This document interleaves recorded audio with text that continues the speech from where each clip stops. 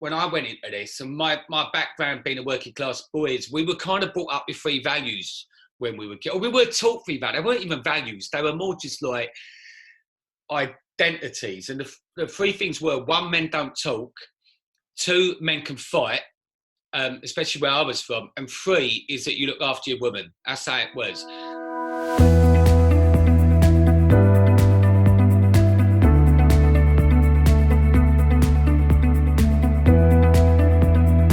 Welcome to the Full Stop podcast, and today is going to be a really special one. We have, of course, the gorgeous Sarah Lawrence and Berenice Smith, but we have, because this is a show about the boys, Robin Hadley and Rod Silvers.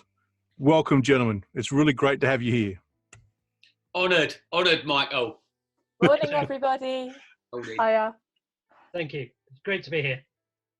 All right, so what we're going to do is the girls are going to fire some questions at us, because the idea is that our audience wants to know how us guys think, because we don't talk a lot. So hopefully between the three of us, we don't mind having a chat. So we might be able to enlighten you on how us guys deal with being childless, not by choice.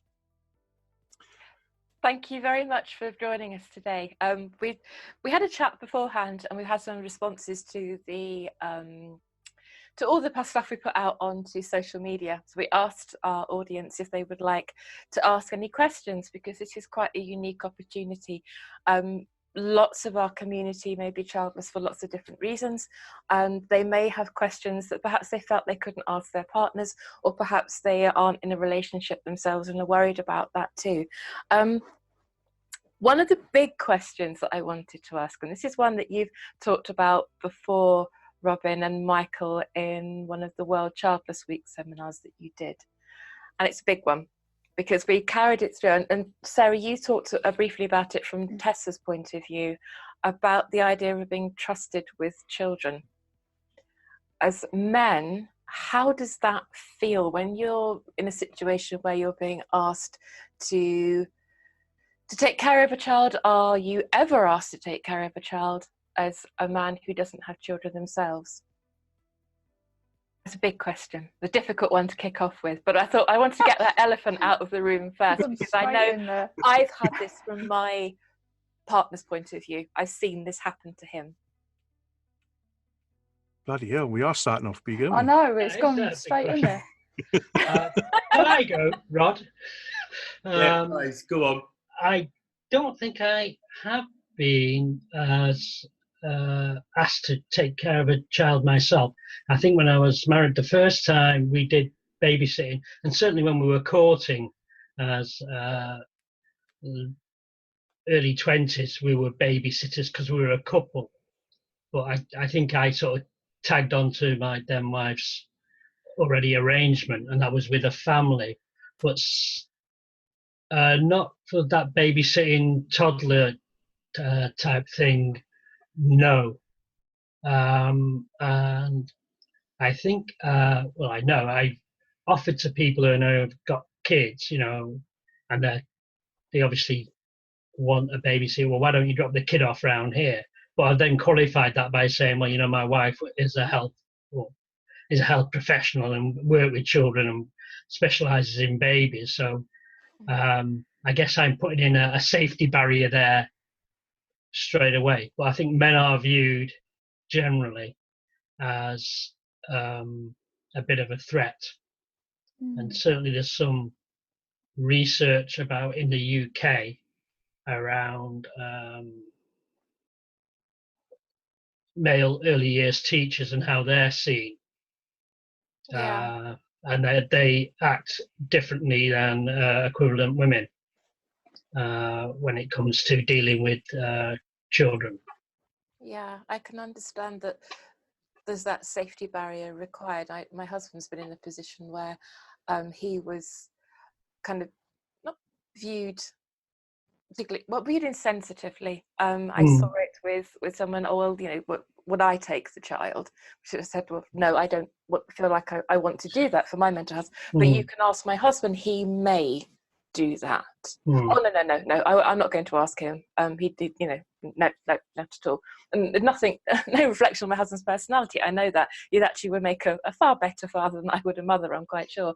He has far more patience than I do. But it was that perception, that underlying current of, no, you're not to be trusted because I don't know your history. And I can just imagine that there must be a very different, very difficult parallel between being open about being a man who cannot have children, for whatever reason that might be, to not wanting to say your story, but actually being perceived in a very, very different way.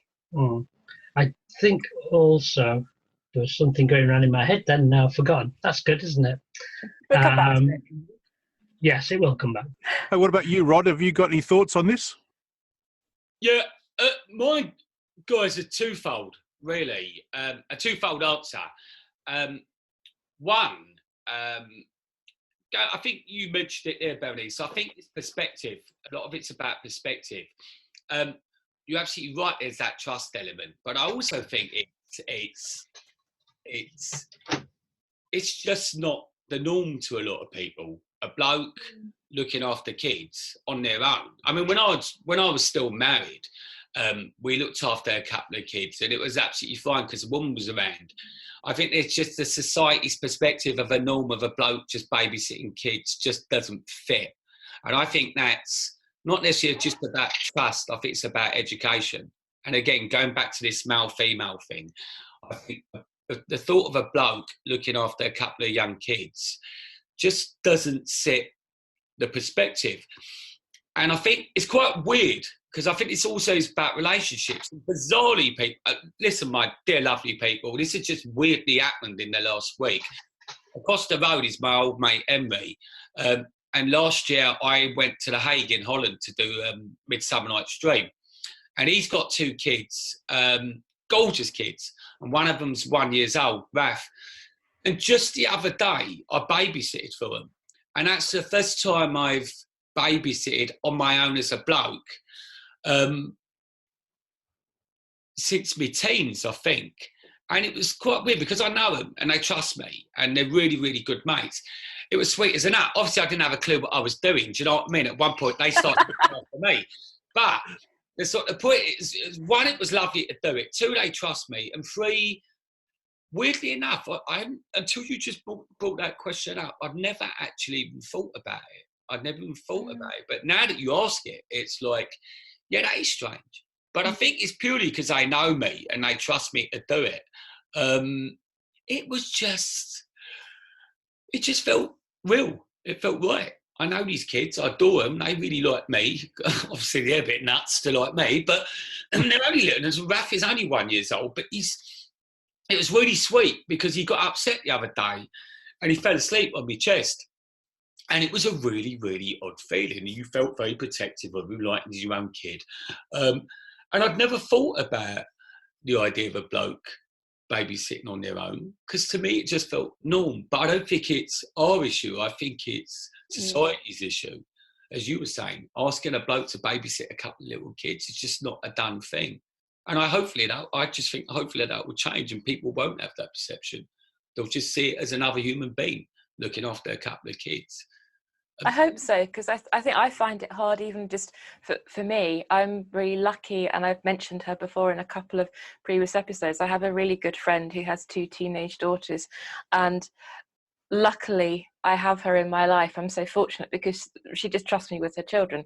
I think that had I not had her, I would have had a much more different experience and been even more cautious than I am now.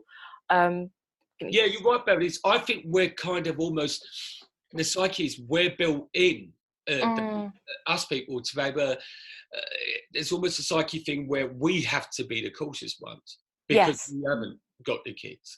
And actually, it shouldn't be like that. You know, just because you can't have kids, don't mean you can't go and look after kids. I mean, I remember when I did my film, there was a line I put in because it was all about things that people say.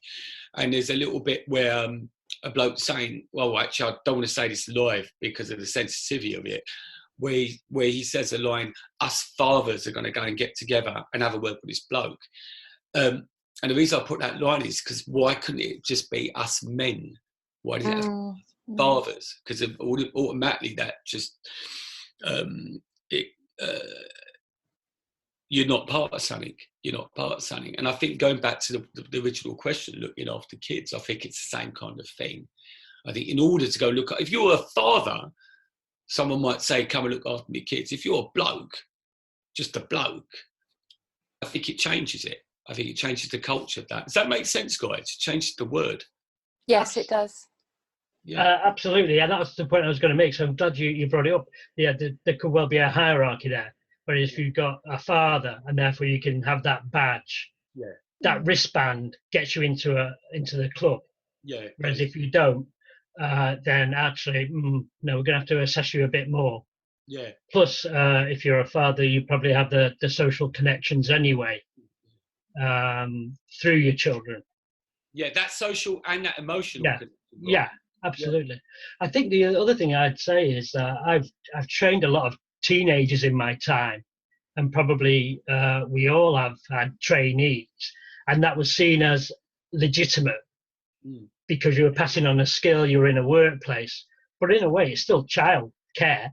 Yeah, depending on the age of it. In fact, where I used to work, because I used to be a photographer, people, you say, oh, will you train my boy or my girl up because they're really interested in photography? And we'd have them for a week or something like that. But really, it was a week's free childcare, in effect. And I think the other thing is, if there is a man who's a nursery nurse or something like that, and he gets into the news, then it's celebrated. But it's celebrated because it's goes against the grain. It's an oddity. Yeah. Yes. And it's kind of validated because yeah, it's not saying, oh, it's great, but also saying, isn't it a bit? It is going against the norm. You know how weird, what an impact this has. This guy, it's absolutely bang on, Rob. I took the Litlands to the park, and I know this is probably I'm going away from the subject, but both Henry's kids, they're English kids, they're white kids, and I'm pushing a little 1-year-old in a pram, and I've got the other one in my hand, and I'm taking them over to the park, and all I'm thinking in my head is, what are people going to think looking at me with these two little kids? And that's an horrible thing to think, and it's an horrible thing to say. In the back of my head, I'm thinking, they're gonna know that these ain't me spuds. So what am I doing with them? And that's an horrible thing to think, but you can't help it. It stays in your brain. It really does. What is people's perception is going to be of me with these two little spuds? Yeah. And that I find really, that's a difficult one. I don't like it. What I notice on our little street here is when a kid is having a party, you can see the kids going to the party and the parents trailing behind. Yeah. And because we don't have kids, you're not invited, you're not included. Yeah. So it is a club. Michael, what do you think? I'm trying to be diplomatic here because I don't know if you guys have been to Australia, but even though I'm English by birth, I've been socialised in Australia, and we tend to have a more forthright and we don't beat about the bush when we talk about things. Yeah, and that's how it should be. What I can't help and pisses me off is that there is this, and we've skirted around it here, but we guys are branded a sexual predator or a pedo without evidence. And look, I understand why, because the majority of people like that are guys, but it's unfortunate that as a childless man, that's the perception. So Rod, you talked about, you felt uncomfortable because you're taking these kids to the park because society is embedded in you that that how does Robin put it? He puts it as we are a threat, and that is so wrong. So wrong. Yeah. So it's. I must admit that if I've never been asked to look after kids, and except my sisters, my niece and nephew, and Usually that's, let's jump in front of the PlayStation, Harry, and let's have let's play this game. But apart from that, I've never been asked, and I would actually feel uncomfortable. So I'm with you, Rod, when you talk about, taking these kids to the park. I would feel uncomfortable because what are people thinking? Yeah. Even though we have the purest of intentions in our head, what are people thinking? Yeah. And it's weird, Michael, because as I said to Berenice, this is the first time since I split with my ex-Jane that I've had look after two kids like that, especially such a young age. One is 1 and one's 7. And I actually had to say to him in the end, look, if I go to the park with them, because she's 7, and I'm saying as delicately as I could put it, if she needs to go to the loo, she needs a bit of support. And I thought, and I don't know what you think about these ladies, right? How do I go into a loo with my mate's little daughter, who's 7 years old, to help support her, right?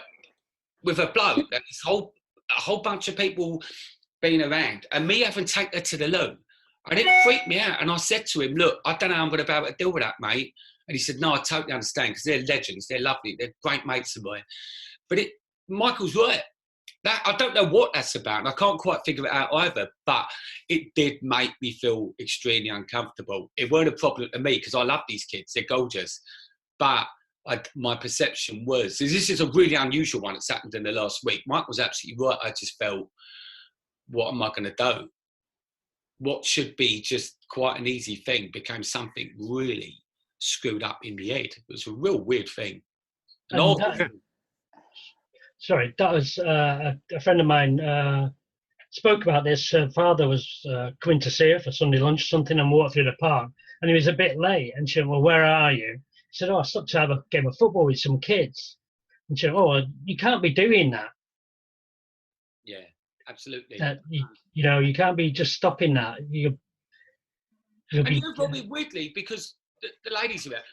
Do you think, let me ask you this, and let me ask you girls, do you think it'd make a difference and the perception would be different if it was me as a woman taking those kids to the park?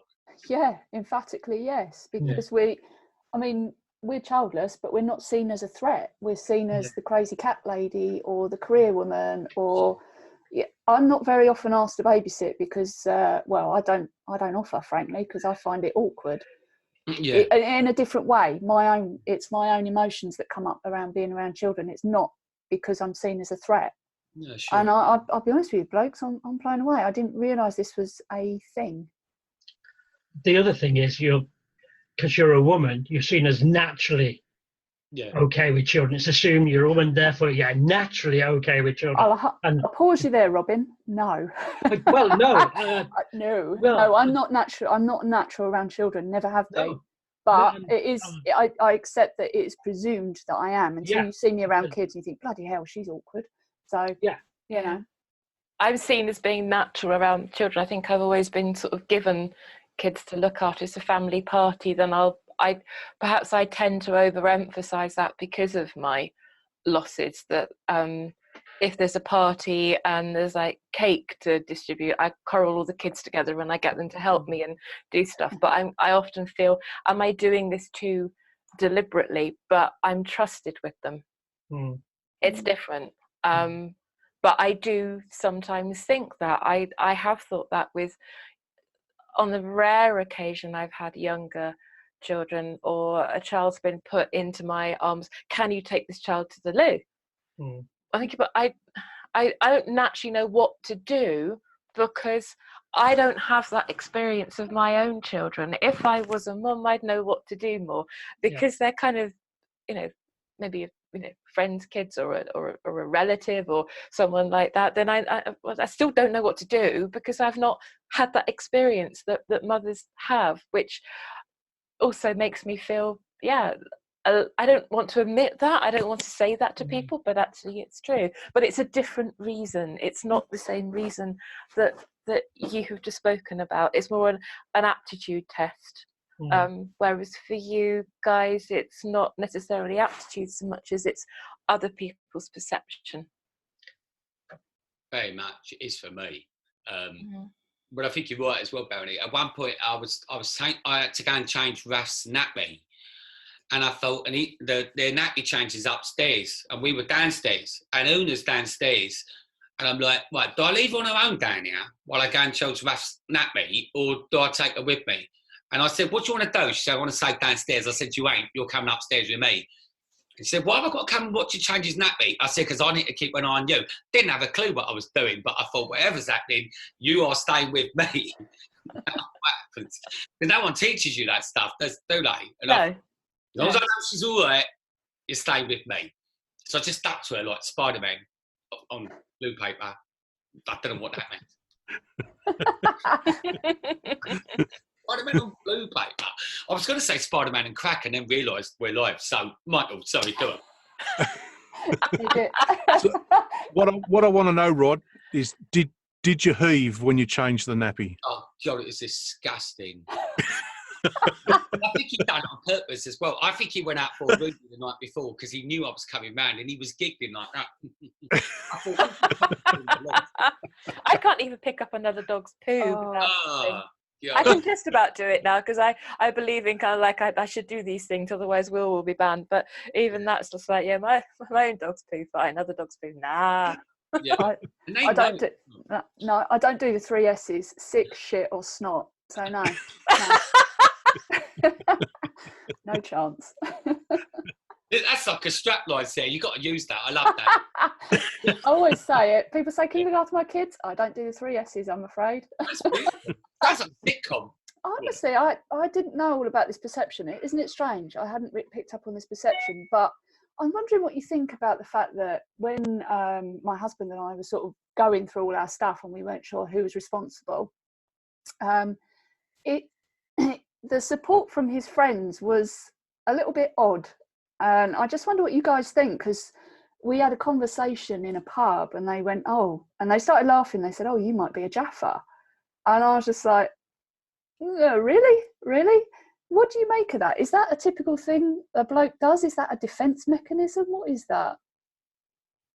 After you, lads. Well, yes, it is a defence mechanism. And part of it is because how we're socialised is not to talk about what we're feeling. In fact, we're socialised to be disassociated as men from our feelings.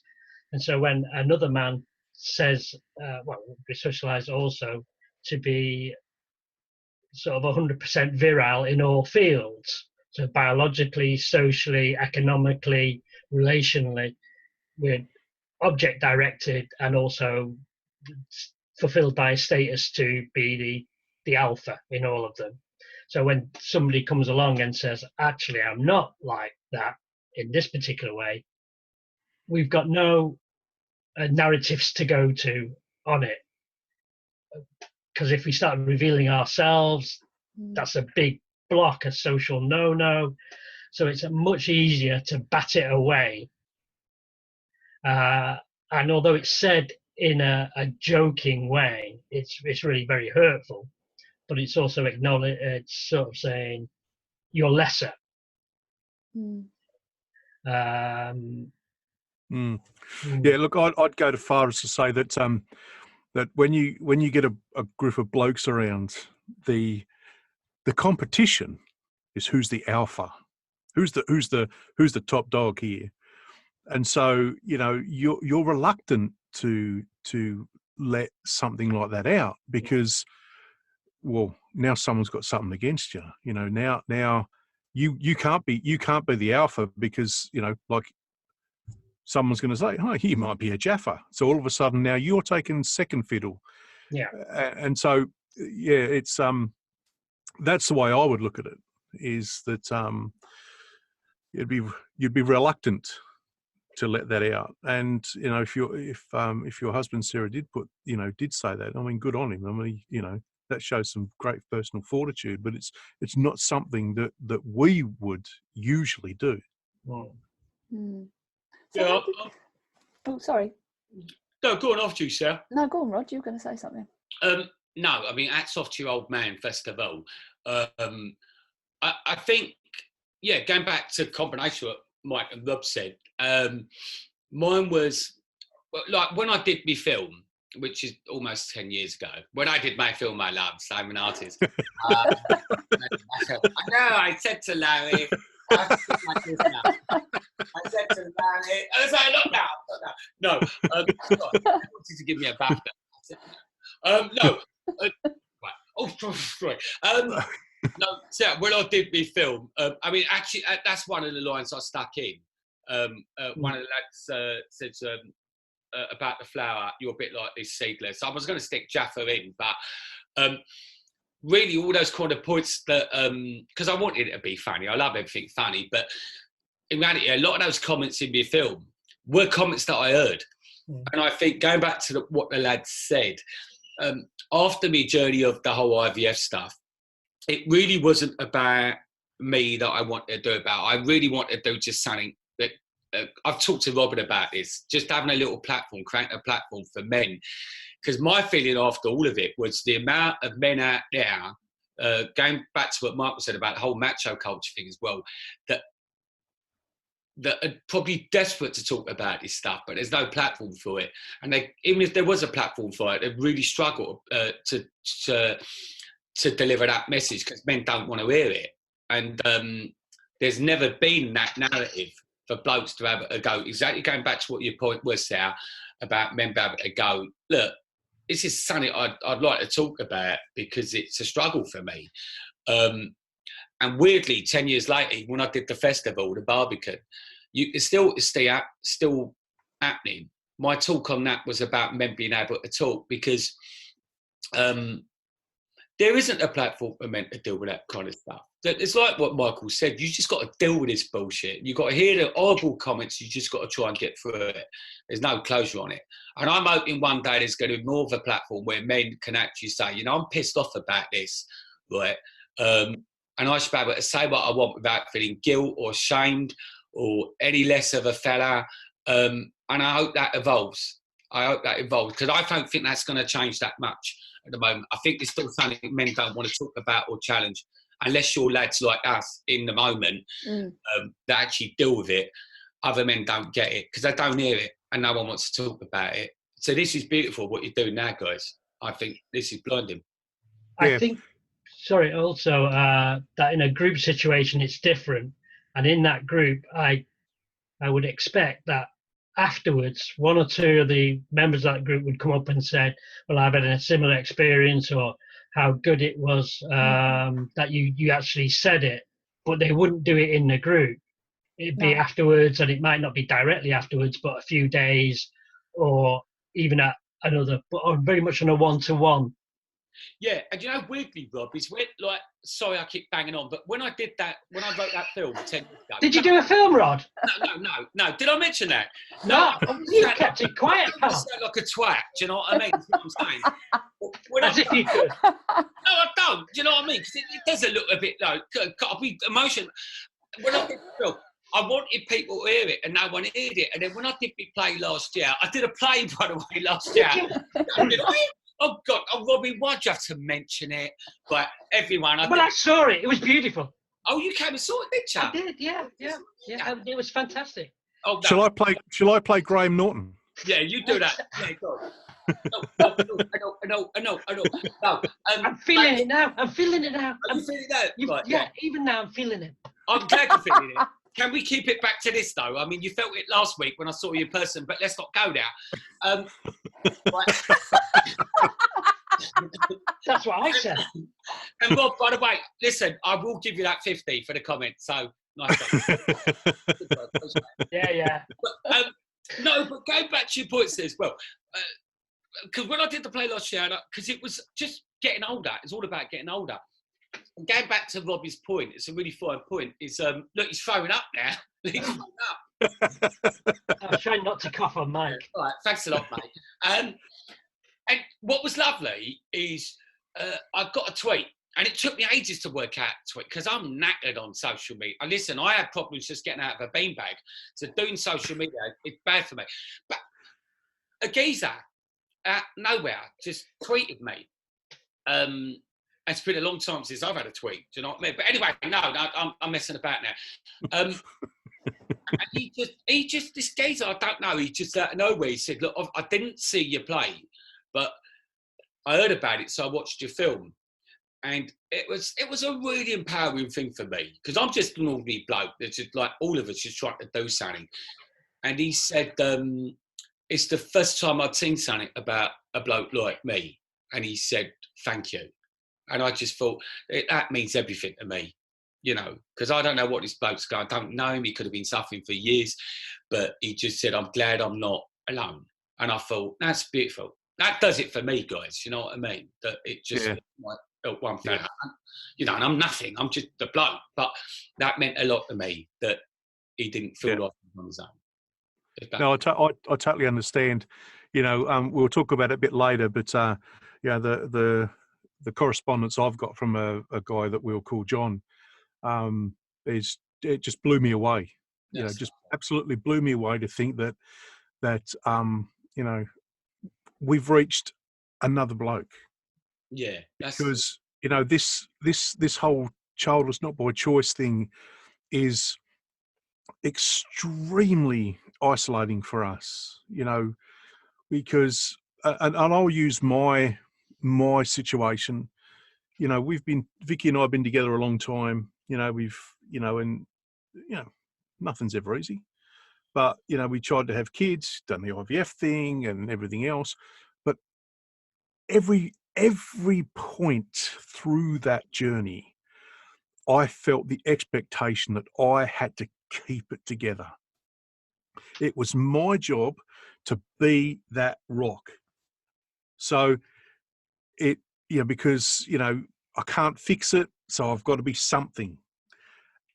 But what it does is it isolates you, because you've got to keep it all together. You've got to keep it all inside, so that, you know, because you can't both fall to pieces, because it would just be a complete bloody mess. And yeah, and so, you know, it just makes it so much more, you know, meaningful when another guy reaches out and says, you know, thank you. You know, I don't feel alone, because we do that to ourselves in some respects, you know. Do you find that keeping it together was it caused problems between you and your wife, if you don't mind me asking, or in fact to any of you? And did you feel like you were trying to keep it together? From my point of view, I found it made us more isolated from each other, because I was kind of going through all this stuff, and my husband was kind of breezing through life. I mean, for me, children was fundamental. For him, it would have been a bonus. I mean, we'd always gone into it, we knew that. But because I can remember a weird thing when we had the very last scan that we had, we found out that I was pregnant, and then it hadn't gone to term, and I was going to miscarry. And I can remember him crunching on a boiled sweet and thinking, how can you eat? And I can remember it. And it wasn't a measure of him being anything other than he's just fantastic. He's an absolute rock. But it was the thing I remember the most from that particular thing, not the conversation that we had about the fact that, you know, the scan. That came later. But it was the fact that, God, you really are that, you're holding it together in that way that I simply can't. I could barely walk out of the room. My legs have gone from under me. And I'm wondering how that kind of all equates. I've gone off on I've digressed somewhat. Sorry, I can't remember what the question was now. Well, I'll speak for that, because Vicky and I have talked about this a lot, and she always felt that I it didn't make a difference to me, because I was this staunch, you know, person she could, well, the way that I perceived it, that she could rely on. But the way that she perceived it was, well, doesn't this mean anything to you? I've just miscarried, and, you know, we're not going to have that child, and well, aren't you affected by this? You know, because I wasn't crying, but on the inside, of course, I'm just, you know, my whole mental energy is just trying to keep it together, because that's what I felt needed to happen. I need to keep this together so that we can move on from this. And a way and one of the ways I can, a little anecdote about this, I wrote about it in the blog where it's about curtains. And if Vicky was having a bad day, the curtains will be closed. I'll be coming home from work about 3:30, 4 o'clock, and the curtains will be closed. And I would drive by the house knowing, okay, what have I got to face today? And I'd drive round the block a couple of times to get myself together and to find the personal strength to then pull up in the driveway and walk through the front door to deal with what was there. And so yes, it does isolate you between the two of you in that respect. And it's only now at 52 that I think I'm able to let that go. There are other things in my life that have probably accelerated that. But yeah, Vicky's now looking at me going, it's really nice to see you letting go. Now I, even though she knew I cared, she's now seeing it, if that makes sense. It does. And thank you, Michael, for your honest answer. Yeah. I think that's I remember the curtains. I remember reading that and thinking that meant so much. That means an awful lot. Thank you. And so needless to say, we don't have curtains anymore. We got rid of them. It's like me and my chairs. I have a story about chairs. We'll do that another time. But the chairs are gone. We've got some really nice white plantation shutters now. Lovely. Can I say something as well? Just hats off to you both, Berenice, Michael. Very quickly, because I won't waffle on, because I do waffle, but I did a whole half an hour speech about literally this question when I did the festival. And very quickly, when I went into this, and my background being a working class boys, we were kind of brought up with three values when we were kids. We were taught three values. They weren't even values. They were more just like identities. And the three things were: one, men don't talk; two, men can fight, especially where I was from; and three is that you look after your woman. That's how it was in your own life. So I couldn't talk when we did the first IVF. That was already a struggle, but then it failed. And then I realised I couldn't fight anymore because it's science, it's IVF, there's nothing you can do about it. And I suddenly thought, right, one's down, two's down, and then thirdly, when we went through another journey, we ended up calling it a day. And that weren't the only reason why we split, but then I realised my third one had gone, which is I can't look after my wife anymore. And that predominantly is why I did what I did in the end. Because going back to what Michael said, nobody really asks you how you feel as a bloke. And I'd gone into that, not talking, and then I couldn't be able to do that, I couldn't fight, and then I couldn't look after my girl anymore. So you're devastated even that, because I would have just happily gone without kids and looked after her, because that was my modus operandi. I just want to look after my woman. And as Michael said, you don't put yourself first as a bloke. I mean, depending on who you are. So by the time of that, the end of that journey had come, I didn't know what to do, which is why I wrote the film, because I just didn't know what to do. All those feelings that you have, you're stuck. There's no closure. You got nowhere to go. What do you do about it? And I thought, well, onwards and upwards, Rodders. Try and do something. And I'm exactly the same age as you now, Michael. And it's the journey just takes you somewhere else. But it don't really give you closure. It's how you deal with it. It's just how you deal with all that. But the feelings don't change. I hated myself, mate. Absolutely hate myself. I felt I was to blame to take this woman down the road with me. I don't feel that no more. But that's the reality you'll face as a bloke. We're going to take the conversation in a different direction now. We asked our audience if they had anything they would like to raise with us on this episode. And a man reached out to me with his story, and it highlights the diversity of how we can get to this place in life and the effects it has on us. Now, we haven't used his real name, and here are our thoughts. A guy called John, and that's a pseudonym, got in contact directly with Michael on his email and gave us a little bit of background to his story. And a lot of the conversation that he has is around his work. He works in engineering, I believe. And Michael, you can correct me if I'm wrong, because I am quickly skimming through this, and I know you've had much more of a conversation with him. But he talks an awful lot in his emails about the relationship that he has with his wife. And I believe that his wife has children by another relationship. Yeah, that's right. That's right. Lovely. Okay. And that they have been, or were trying to conceive, and that she had a miscarriage. That they've also been to the National Memorial for the Unborn, which I think they have found a sense of peace in that. We do have one in this country as well. But one of the quotes that I found quite moving in this is that sometimes it's hard knowing the person you're married to doesn't understand how you feel. She says she understands but really can't feel it.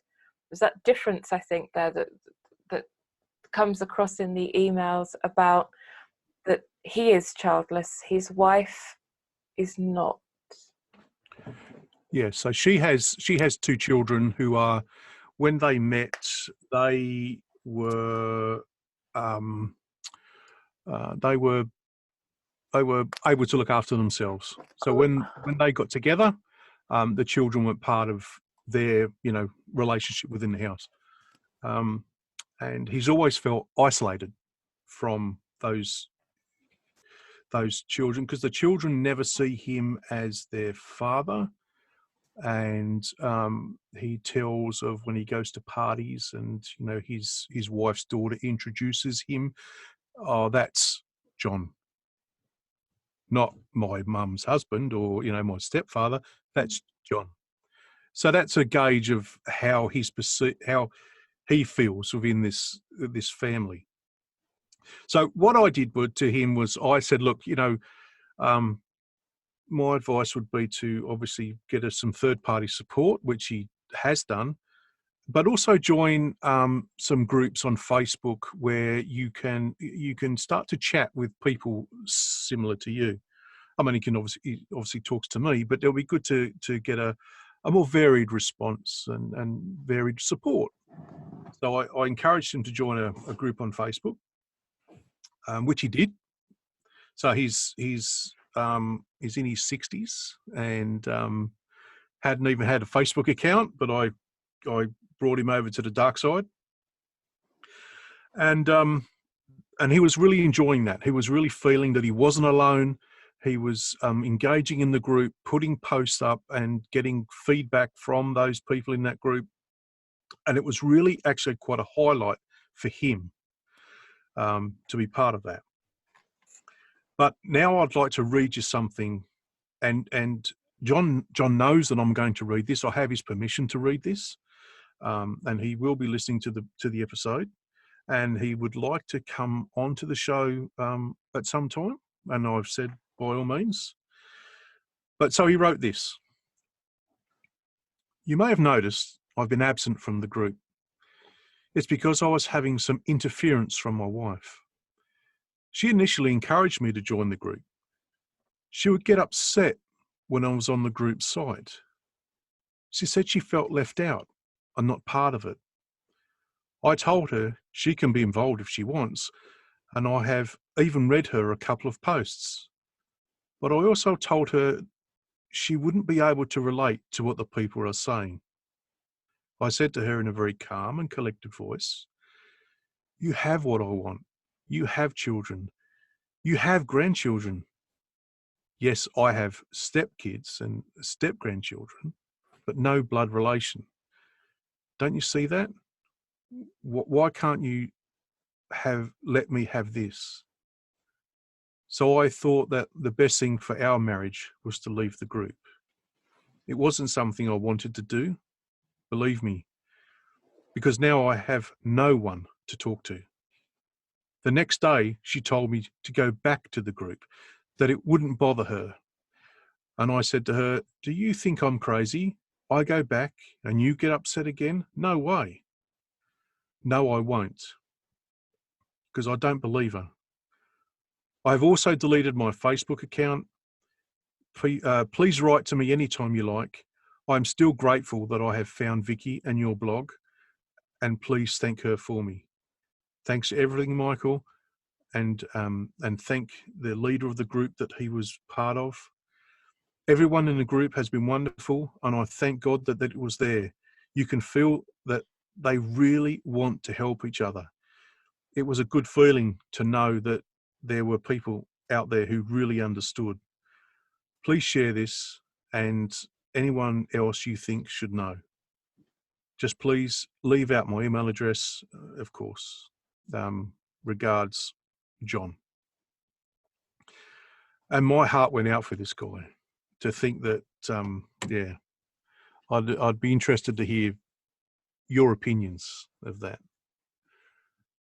I kind of want to flag up something that came to my mind. I know that the question probably around that isn't necessarily directed at me, but what I will say is that my husband is a technical, I'm not going to say the word imbecile, that's the wrong word, but he doesn't like technology. He can strip a motorbike down with his eyes shut, and do heaps of other things, but he's not interested in Facebook, social media, anything like that. And I think we find support in different places. I think it's very hard to comment on that relationship that his wife and he have, because I don't have stepchildren. But I also know that there is a difference between how my husband feels about childlessness and how I do, which we spoke about a little earlier in the episode. He doesn't have that. He engages with children. He loves his nieces and nephews and happily goes to weddings and parties. It's fine. He doesn't have that problem. And has a very different experience with his friends as well. It's a very different thing to being called there's not that conversation. But I think that when you find support in lots of different places. And you have to have that, or try to have, I think, that respect for each other, that you may have a different way of dealing with it. Some people, as individuals, we will talk. Some of us will find it easier online. You just can get something out online and you can write it down, as again we've spoken about in our first episodes that we've done for the podcast. So I think there's a degree of kind of respect in terms of between people, what they find the best way to deal with those problems and to find that support. And perhaps that's maybe an area that they need to explore together. I think it's a huge shame. I have seen the posts from John, and they were very lovely, very moving, and I think I learned a lot from that. And I think that there's an awful lot to be said for sharing and being part of a social media group. It's an odd thing. I don't think everyone gets social media, and why would you want to do that, and why do you want to talk to complete strangers? But actually, through doing that, you meet good friends. I wouldn't have met any of you had it not have been through social media. No, I agree. Actually, I found his emails quite heartbreaking. He's not included in the family. Well, that's his perception, and that's the way he feels he's been treated. And then he's found a family of sorts that understand him, and now, unfortunately, he feels that he can't contribute to that anymore, because obviously his wife is very important to him. Yeah. I just think I found the whole thing very difficult to read, if I'm honest. I really feel for John to be an outsider, but in an insider situation. You're an insider in quite a lot of the things, but you're also an outsider at the same time. The group you're in with have a shared genetic experience that's socialized as well, and you're not included in that. That's really painful, as he's finding. And certainly I've spoken to a few men in similar situations, and they've noticed the difference in connectivity between people with shared genetic experience. And it's something that definitely, I think, he and his wife, his partner, should see somebody about that particular aspect in their relationship. to work on.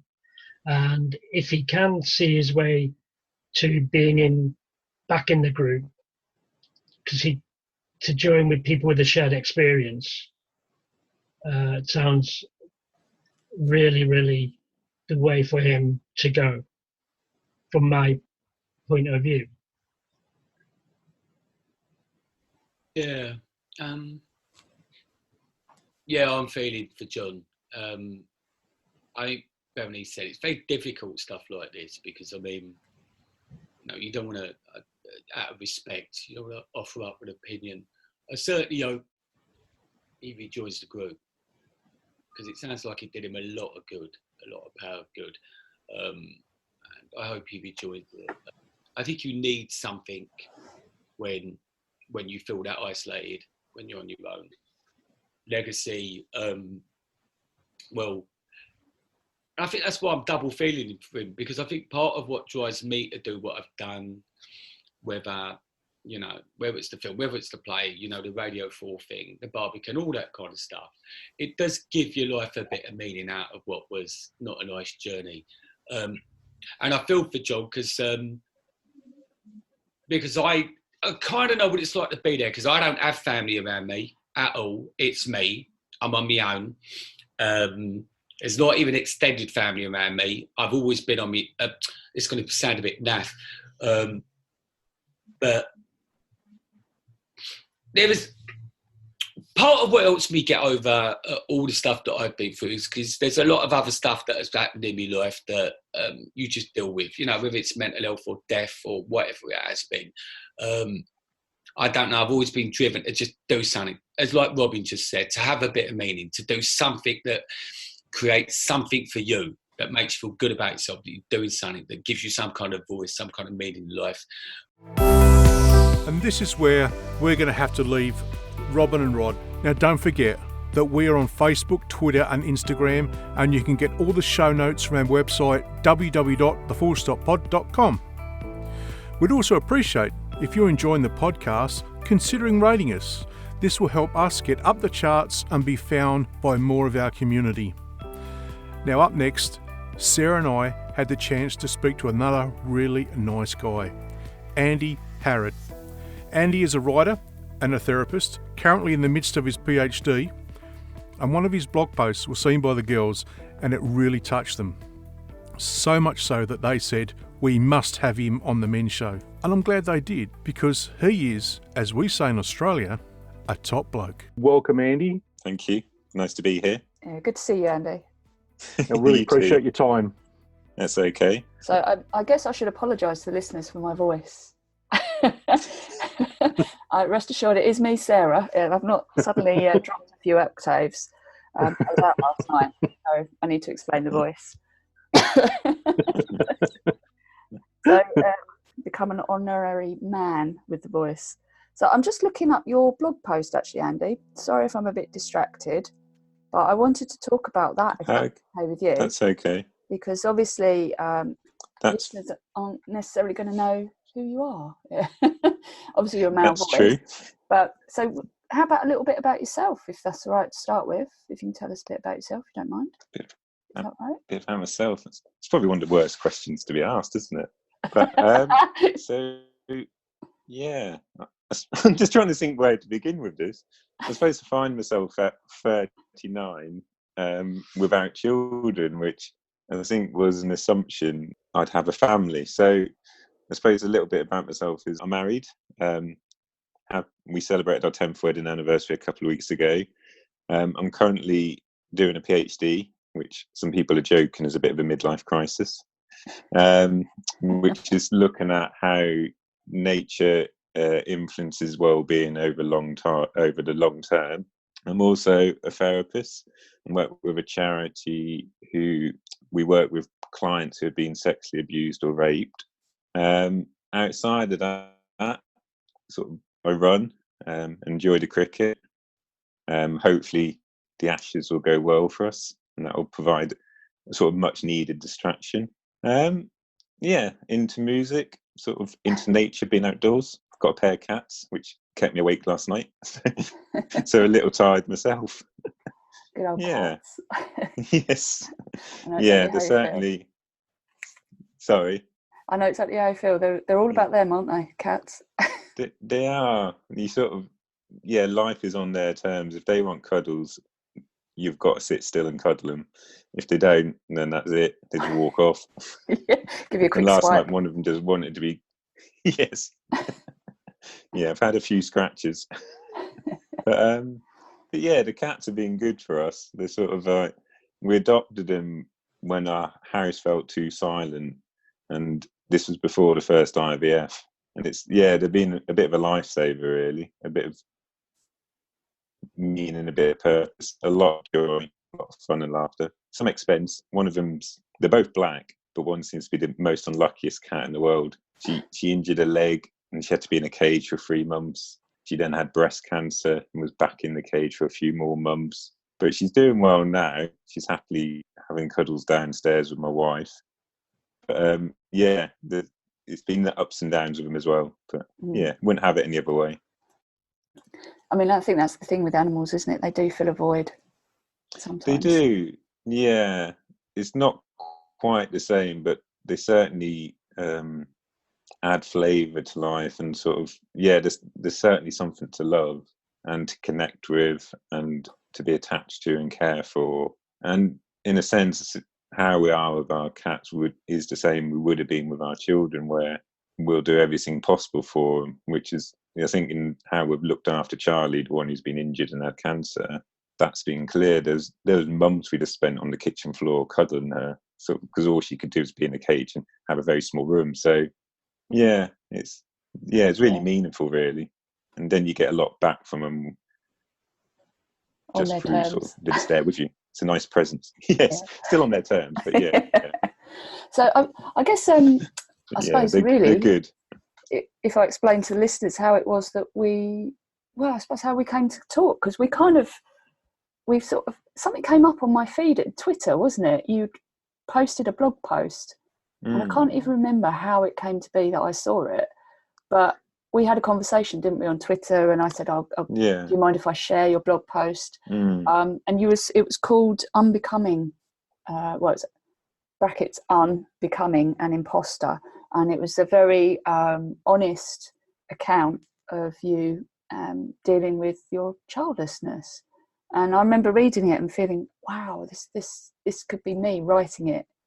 And I think that's why I wanted to reshare it through After the Storm. So what was it that brought around that blog post? Because it felt like a lot went into it. I think I sort of reached a point where I'd had enough of wearing masks. So in April, I went to a conference for my PhD, and it was my first conference I'd been to. There was just a sense of how much more alive the research could be, my PhD experience could be, and therefore also me. I just felt so lost of confidence, so full of doubt that what I was doing was worthwhile, was in the right direction. I was expecting to just be sort of laughed at, ripped apart. And that wasn't the case. I had loads of really good chats about the research and just chats in general about nature, about being a student, and it just felt much more full of life. And I think I'd been noticing up to that point over the months of doing the PhD, because it was beforehand I was counselling alongside admin, and the admin was to pay the mortgage, and there I could easily hide. But doing the PhD, because it's for me, it made me realise how much I'd sort of left behind, my living a real alive life. Coming back from that conference, I just sort of thought to myself, what's going on here? Spoke to my wife, and in a sense, she was the inspiration behind it, because she spent more time since the second IVF where it didn't work, 3-4 years ago now, sort of really working on the grief. She's part of Gateway Women. She's worked through Jodie Day's book, The Life Unexpected. She's met up with other childless women, and so I'd sort of done bits and pieces on my own, but I was very much more withdrawn from it, avoiding it. And so after that conference, there's just a sense of, no, I need to meet this head on. And so, I just spent a bit of time sort of more focused on the grief work. So I went through Jodie Day's book myself. I looked at other books around there's one about the courage to be disliked. I didn't agree with all of it, but there was this sense of, again, living back in the moment, just being more true to yourself, not comparing yourself to others. That's where a lot of the sort of hurts come from. Yeah, and also I had a chance to do some art. So that's I had like a pinboard I picked up about 4 years ago. And I was like, and we'd found some leaves at the time that had been really decayed, and it almost all that was left was the threadbare veins of it. And I had this idea of doing a heart like that, because that's how it sort of felt to me, like I just cracked and splintered, and it was really bruised. And so, yeah, I spent time doing that, and then from that, I just sort of wanted to sort of come out, if you like, and that is what it sort of felt like. So I put the post, I suppose, is probably years worth of thinking, and then those couple of months of focused work on it, it just led to sort of pouring it out, just saying enough's enough of sort of being fake to myself, let alone to other people. And I think part of me, for my healing, is sort of giving voice to the experience, but also making that voice more public. So it's not just about being true to myself within my friends, my family, but also just saying, look, us childless men, we do exist, we're out here.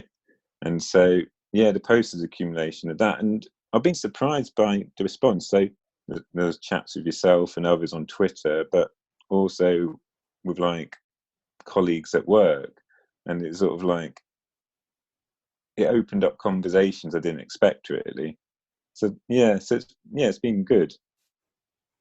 It's strange that you say coming out, because that's kind of, I've used that vernacular myself and been told off for it by the people in the LGBTQ community.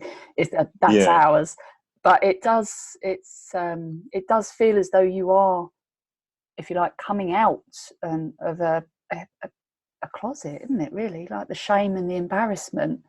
It's kind of, I always think of it as being comparable, even though I can't relate to being gay or bi or queer or all the other terminology, but it does feel as though you are you feel very exposed. Yeah, I'd say that was the case, really. And it was, I think the fear of being exposed and maybe how others may respond to it kept me, in a sense, locked away. So yeah, I actively withdrew out of sort of fear of being hurt, but also with friends and family, sort of brothers having children, there was a sort of drifting because we weren't on the same page any longer. And in the real deep grief, just being near sort of my brother's kids, my nieces or friends' children, it was just too much. And so I think, in a sense, the coming out is just sort of, it's being okay with my story, and in a sense, the shame sort of maybe looked after me at the worst time so I won't hurt more, but in another way it was just keeping me too locked up. So it was so I suppose the post is just saying enough's enough. It's still going to hurt, I'm still on the roller coaster, it's still sort of early days and finding my voice, finding the community and finding time for that as well, but it feels a different place to back in April. That sort of focused work does seem to have helped a lot. Yeah, it's interesting because I remember you saying, Michael, about how Vicky, your other half, grieved, but you sort of came to it a bit later. It sounds very similar. What do you make of that, Michael? I must admit, I'm listening to Andy, and I am getting a bit sort of, and I think I've mentioned about this before, I'm getting a bit closed up now because I'm just listening, and so I'm finding it hard to I'm just finding it a bit tough, but I'm okay. Don't worry. That's part of the journey, is being able to recognise that and be honest with yourself.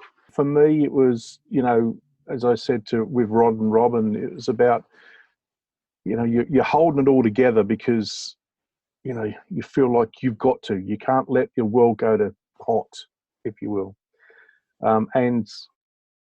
And then eventually, like Andy, there comes a point where you just can't do that anymore.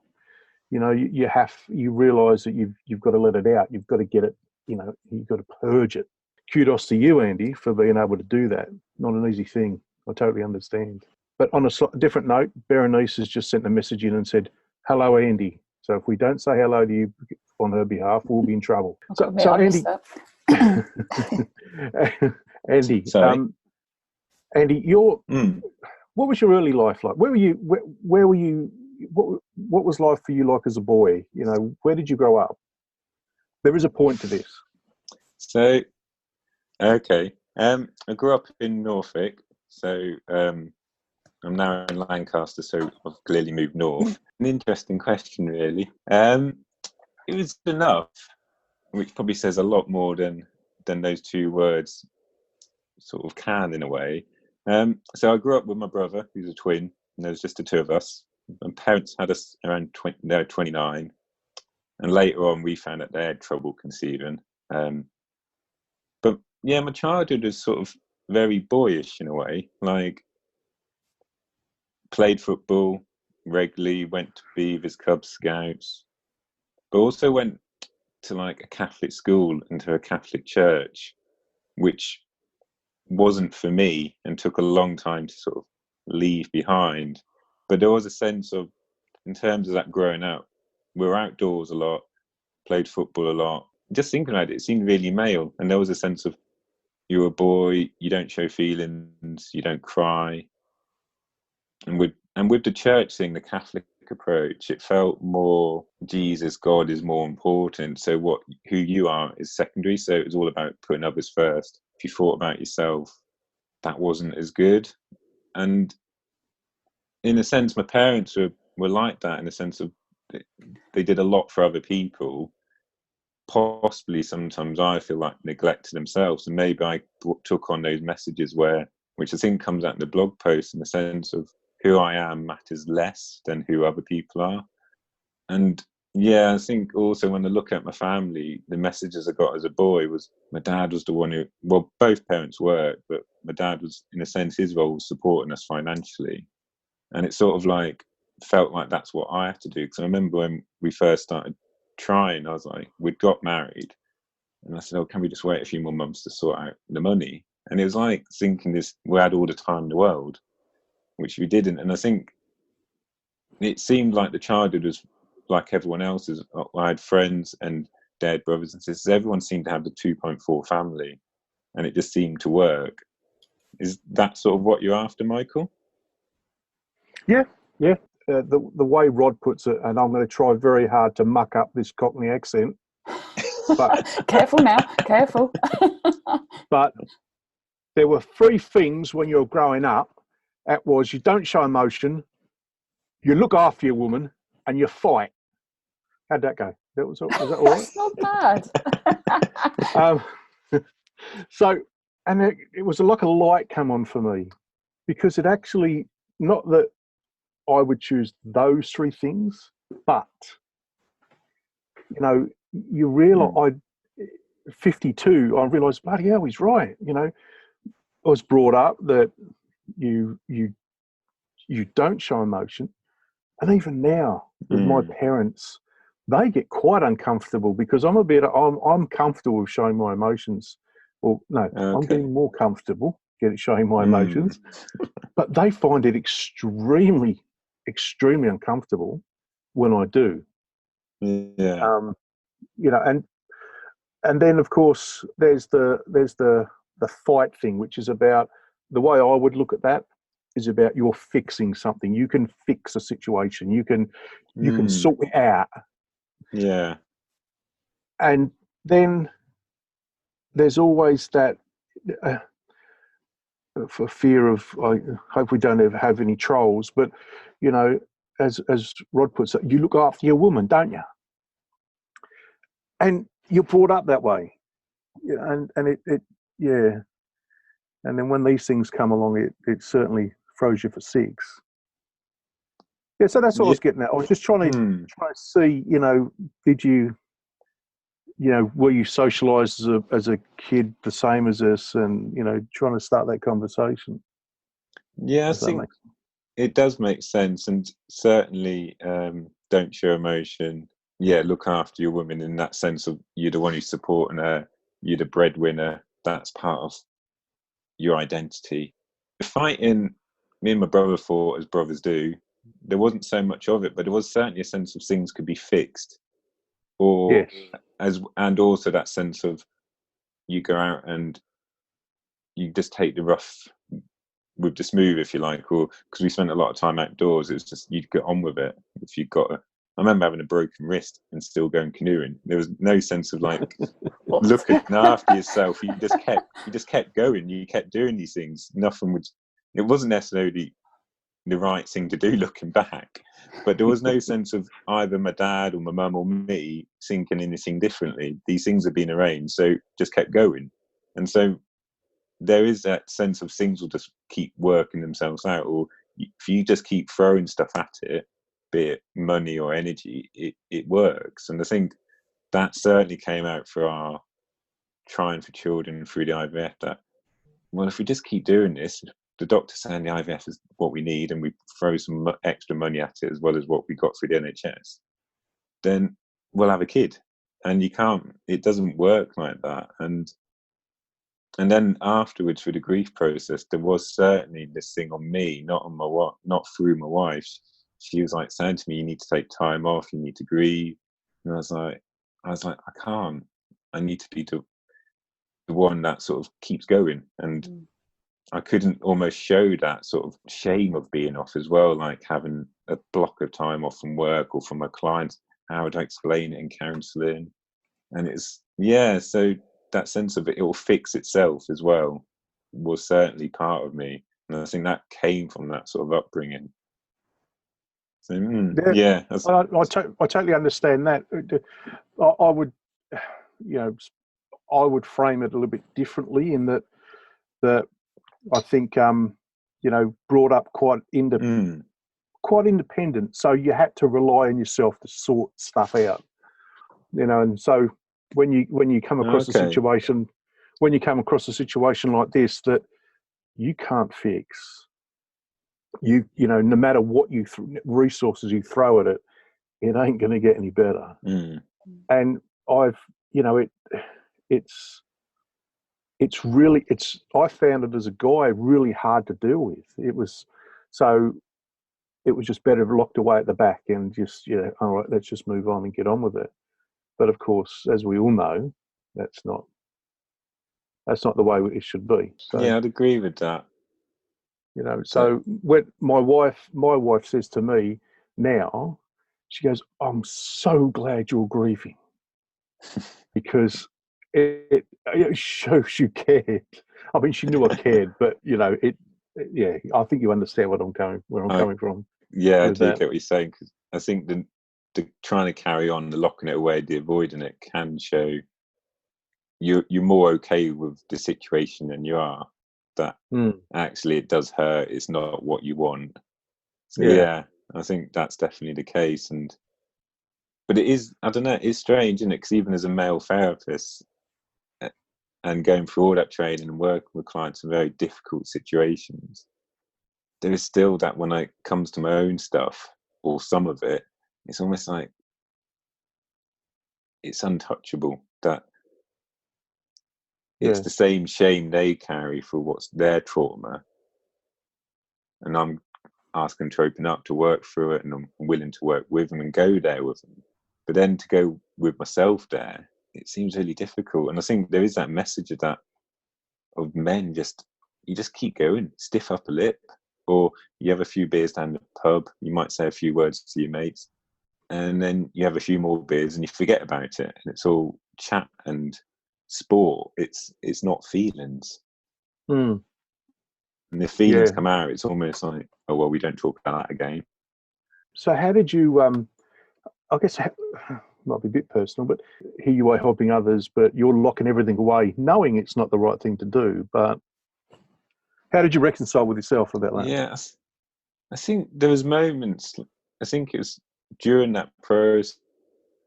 It was like a roller coaster. To be sometimes where I knew I was doing the exact opposite of what I'd ask a client to do, or if I was the client, I'd expect to be asked to do in a sense. And I just sort of knew that it was at odds with what I'd like to do, but I just kept going. I just kept avoiding it, kept being busy. But then I'd burn out and I'd end up being ill for a week. And I remember after the second IVF, of like, saying to my wife, "Oh, it's over," as in like, when this isn't going to happen, we're not going to have kids. And then a few days later, having this idea, I'm just going to run every day for a month, and some writing will come out of it, and that will be my grief journey and process. On about day 4, I just came down with a really bad stomach bug and just completely stopped functioning for like a week. And then I just kept going again. It's like I didn't listen to myself. But then there'd be moments where I did start to think, well, I'm asking this of clients, and I'll do some work for me. And then I think, oh, I've done that, and keep going. It was like almost like I did it in patches, but didn't take the learning with me. It's almost like I could look at it for so long. I could sort of swim with it for a bit, and then, oh, it's too much. But instead of sort of then saying, oh, it's too much, take a step back, look at what you've done, see how it feels, it was almost like, that's too much, back of the head, get rid of it again, this is too painful. And I think it was only leaving the sort of administration role, where there was lots of triggers. I worked with lots of female colleagues who were on and off with pregnancies and babies, that when I started the PhD, when this is for me, I can only let myself down here, that the space opened up in a way, or the realization opened up, that I couldn't keep doing this sort of roller coaster of avoiding it for activities like running or just being burnt out and then watching sort of box sets or sports, or doing it for a bit but then not sort of linking it up to the rest of my life. And that sort of feels like what's happened more recently, is that sort of linking it up. And I think it was just a sense of, my life is going to go missing, and it feels like it had. Like, we started at sort of 29, now I'm 39, and it's like in those 10 years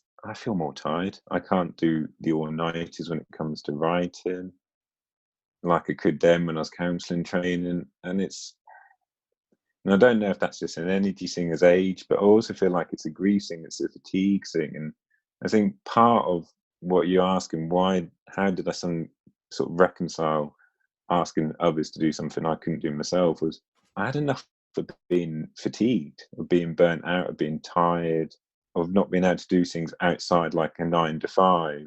And I think, so maybe it was just a slow process. It certainly wasn't like a light bulb moment. There's a few things I ended up going, life doesn't feel that meaningful.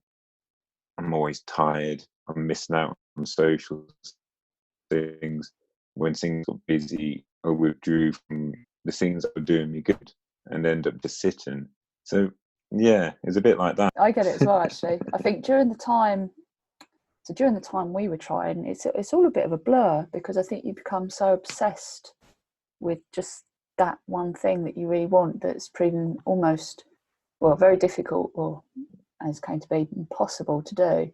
I just think I have very few memories of the time when I was probably 34 through to 42 when I had my hysterectomy. I've got very few memories, because my whole life was that I want children, this is my quest. And when it proves impossible, it's very hard to then try and pick it all up again, isn't it? And work out what the hell you're doing with yourself. So yeah, I think fatigue is one of the things. I think it's because your brain's chuntering so much over things, isn't it, that it uses up a lot of energy and you just feel knackered. And obviously it's part of grief and depression. I think a lot of fatigue, it felt bodily in pain, like joint pain, but I think it all came from a head just being so busy, so preoccupied with trying for something that was half working and then not working. Like, there's lots of miscarriages, but there's also then the preoccupation of keeping yourself safe from others, sort of having to sit there hearing baby conversation and trying to put a wall around yourself, and then also just avoiding it. It is literally everywhere, and on some days that's okay. On other days, if I see a baby in a car sign, I just want to go and smash the window. But it's sort of like, yeah, so I think the fatigue is very mental, that comes out physically, because I think, as Michael said, there is a sense of just putting it behind. Yeah, it eventually comes out in some way.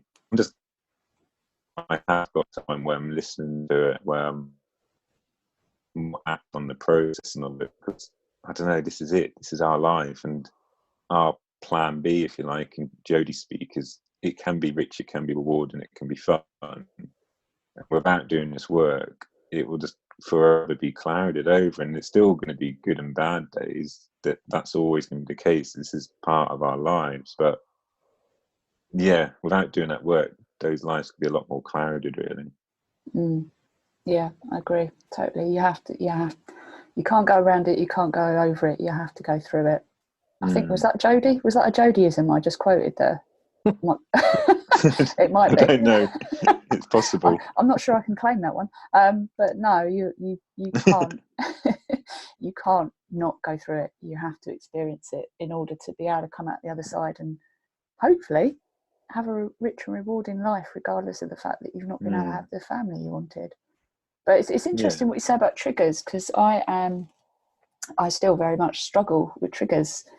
I went to we were talking about this the other week, weren't we, Michael? I went to a beer festival, and I thought, I'll be safe. I didn't mentally prepare. Usually, I mentally prepare, and I think, right, I'm going to be all right. I know there's going to be kids there. I'm prepared, but I wasn't prepared for it at a beer festival to have quite so many and quite so many small ones. The small ones are the ones for me that are just like, ugh. So that was really hard. But for me, I guess I don't get angry. I just get really upset. So maybe. Is the anger maybe a male response? I don't know. I'm wondering, it'd be interesting in Michael's take on this, but for me, I think anger and sadness gets really mixed up in terms of emotions. I think for men, and if I look back at my childhood, anger could be released and could be shown, even so it was frowned upon. In the sense of parents or other people around boys knew what to do with anger. With a boy who was crying, it was, what do we do? There's a sense of needing to rescue him or me rather than understand what's happening. And so, I think it's possible that the more I'm with the grief and processing it and understanding it, the more I can allow the sadness to come and feel sad about it.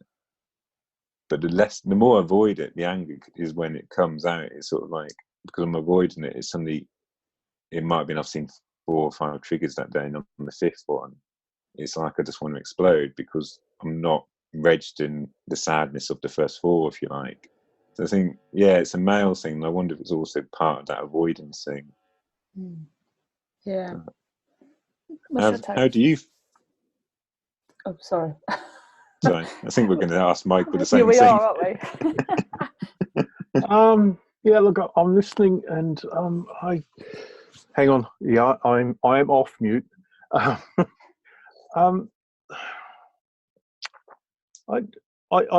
can say that I've never been angry. That's not part of my temperament anyway. So I'm sitting here thinking, because I know through the grief process there's got to be an anger. There's going to be an anger portion somewhere. Have I got there yet? I don't know. I would like to think that I'll bypass that one, because that's just not part of what I am. Well, I don't tend to get angry. But I can. But it's definitely. I think it's definitely a male thing. I think it's definitely. It's the build up of frustration when you can't fix this, and I think we as guys need to recognise that we can't fix everything. As much as we would love to think we could, we can't, and we're socialised that way, as we spoke about earlier. And I think that's probably where it comes from, is a real frustration, but I think I've been lucky in that I probably realised early that there's nothing I can do about this. There's nothing. So but having said that, I totally understand what you said, Andy, about that just being worn out. We tried IVF, I think, for over 10 years, and it took quite a dramatic episode in our married life for us to finally realise that we were both absolutely knackered, physically and mentally, from the process. So but I just think anyway, it just comes from frustration, I think. you know, I wouldn't say it's anger, but I'd say it's frustration that boils over. How's that? Yeah, that makes a lot of sense to me as you said that. And the phrase that came to my head was that not being part of the club. So when you see the car signs of baby on board, or you're at events that says family friendly instead of welcome, instead of just friendly atmosphere, there's a sense of just being excluded. And it is that frustration of we're never going to join that. We're never going to be part of that part of society or have those experiences. And yeah, I think it is frustration that not being able to make it happen. So in a sense, not fixing it, and it can then sort of boil over into anger either towards others, which I've not released, it's just played out in my head, or at myself in a sense of, well, I'm the failure. It's what we're born to do as men, as women. You have children. It's evolutionary. There's been millions of years of this, and now I can't do it. And that's a really difficult sort of space to get to be in, and then to come through. And I think I'm probably still working my way through that sense of, actually, I'm not a failure. This is just how it is. It's just unexplained in our case. There's no clear reasoning, and it is just really sad. And I think that is the end. That's it about it. But it is also frustrating that out of love you get such sadness. So you've got there's just this love for each other and also for children, and it's just it's never going to happen, and that's not enough to make it happen. And and in that, when you sort of say about childhood, there was this sense of, if you want it enough or willed it enough, it just happened. But that's not the case. And I think that took a long time to accept. And this is where we're going to have to leave Andy for now. We'll have a link to his blog in our show notes, as well as links to Dr. Robin Hadley and Rod Silver's socials. Now, next month is going to be huge. We are dedicating the whole show to World Childless Week. The founder, Stephanie Phillips, will be with us, as well as a showload of the World Childless Week champions. It's not often we get together, and I cannot wait. I'll try and be on my best behaviour, but I have an inkling that some of them may lead me astray. Now, don't forget, you'll find all our contact details at the website www.thefullstoppod.com, so please drop us a line or two. We love hearing from you. And as always, it's important for us to let you know you are not alone. They say men don't talk, but I think we've really talked quite a lot, and that's quite a myth about men. They're just not heard, used to being listened to. Yeah. Yeah. Okay, cut that in. And we need to create that voice for men to be able to feel they can.